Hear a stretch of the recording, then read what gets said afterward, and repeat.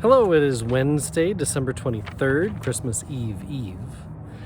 I'm Jason Stanton. I serve as senior pastor at First Lutheran in Onalaska, Wisconsin. This is my morning musing for today. Our Bible readers, every once in a while, what I'm musing about is kind of a crossover from the other major 2020 project that I've taken on in this world where we can't gather together, and that is my Bible readers. We're through lots of Old Testament stuff, but Matthew, Mark, Luke, and Acts. Next is the Gospel of John.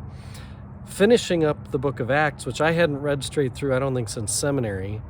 I've learned so much going back into some of those stories and being reminded of what Luke was trying to accomplish, not only in the book of Acts, but what Luke was trying to accomplish in his own gospel. Acts told me a lot about the Gospel of Luke that I had forgotten.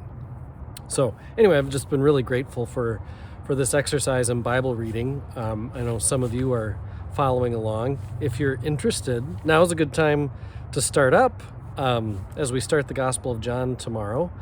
You can find the schedule on our website. It's super easy. I post on Facebook, YouTube, and I can email it too. I email it to a number of people as well. A 5-minute post every day, basically just recounting the Psalms we're reading or just giving a nutshell explanation of what it is because some stuff as we read it, we're like, what are we doing?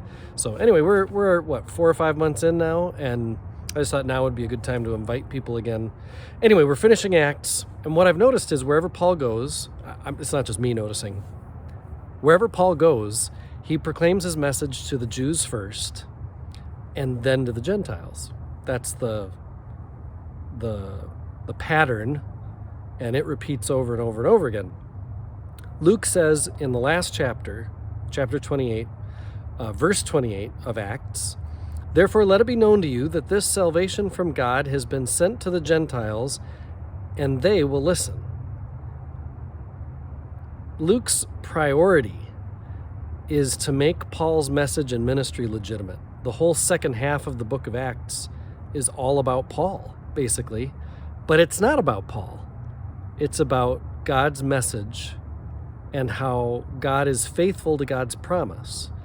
That first this message is given to the Jews and then to the Gentiles.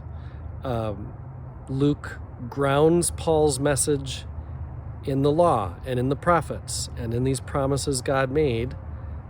And yet, in the pattern, many or maybe most of the Jews that Paul speaks to, remember Paul is Jewish, most of the people he speaks to and proclaims this good news to, they don't listen.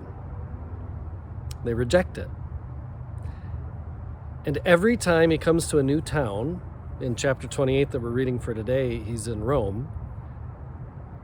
And as more people reject the message, I wonder what I refuse to hear, what I refuse to listen to, what good news I reject. Because so much good news sounds scary. It sounds threatening because it includes change or it's news that doesn't match my expectations. And as my wife Carla says often, expectations kill joy. Well, that is so right. It can also kill a Messiah, right? Expectations. As Christmas is just a couple days away now, this has been my Advent prayer in 2020. Open me up, God, to good news that seems bad, that maybe feels hard, that maybe I don't recognize. Open me up to good news so that Christ, that is mercy, love, and grace, would be more obvious in my world and really everyone's world. So that's what I'm praying this Christmas will result in for me, is me being even more open to what God is doing in this world for others, for myself, that we may all be more connected to that God's will may be done. Keep faith alive.